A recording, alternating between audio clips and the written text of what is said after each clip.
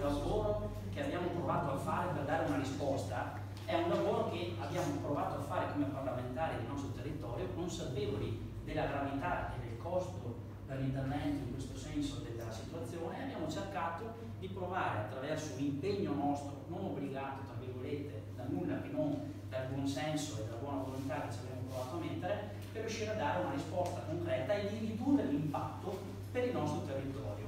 Dopo, per quanto riguarda la Miteni, oltre ad alcune, cioè la Miteni, responsabili, il principio anche europeo che deve essere presente nel nostro paese, che chi inquina paga, è ovvio che si passa attraverso anche la magistratura, attraverso anche le leggi che ci sono nel nostro paese per condannare, punire e far risarcire coloro che commettono reati e producono dei danni, e qua i danni evidentemente sono stati importanti. E una cosa che ci ha aiutato è stata una cosa doppia: la relazione della commissione d'inchiesta dell'onorevole Bratti, che ha anche un pochino, se posso permettermi, strigliato le procure venete, in particolare quella di Vicenza, che in parte avevano a nostro avviso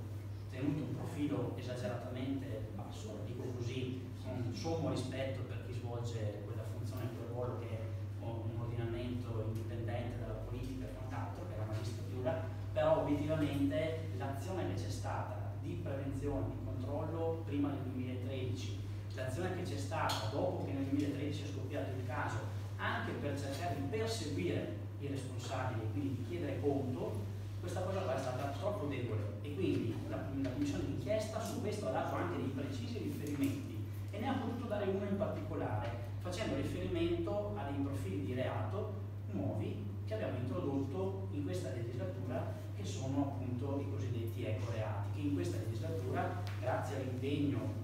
di Ernesto Rearacci, che arriverà tra poco, siamo riusciti a introdurli, e questo consentirà in maniera migliore di perseguire i responsabili, perché anche qua la legislazione è un po' così, nel senso che l'autorizzazione integrata ambientale che l'azienda aveva non prevedeva dei limiti rispetto a queste sostanze, e quindi la giustificazione, che poi è un po' pretestuosa in ogni caso a mio avviso, ma dell'azienda, è che loro non hanno mai violato l'autorizzazione integrata ambientale, quindi non hanno mai sforato i limiti che gli erano stati concetti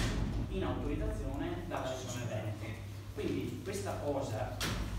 potrebbe chiamare in causa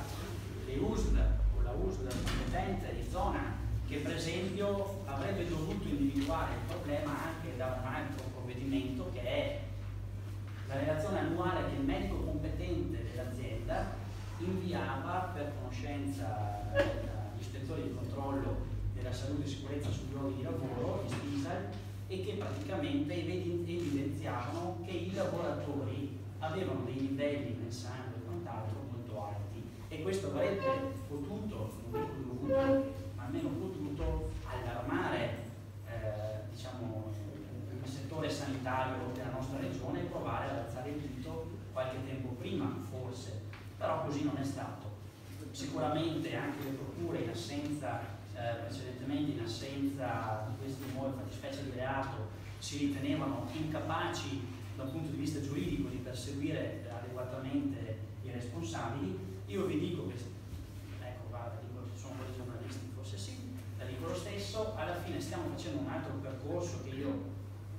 non ve lo dico perché sennò magari non funziona. Stiamo cercando di perseguire anche in maniera diversa, attraverso l'azione diplomatica, i responsabili. L'azione diplomatica, perché voi sapete che almeno fino a qualche tempo fa la società era posseduta da un'importante multinazionale non italiana, e questo è anche un altro percorso che parte dal PD e stiamo provando insieme al nostro sottosegretario a portare avanti. Non so che frutti avrà, ma è un altro elemento che stiamo provando a portare avanti. Io mi fermerei perché sennò rischio di parlare troppo e ce ne sarebbe tanta di roba, magari nella fase domande potremmo essere più esaustivi. Quindi tanto grazie e a più tardi.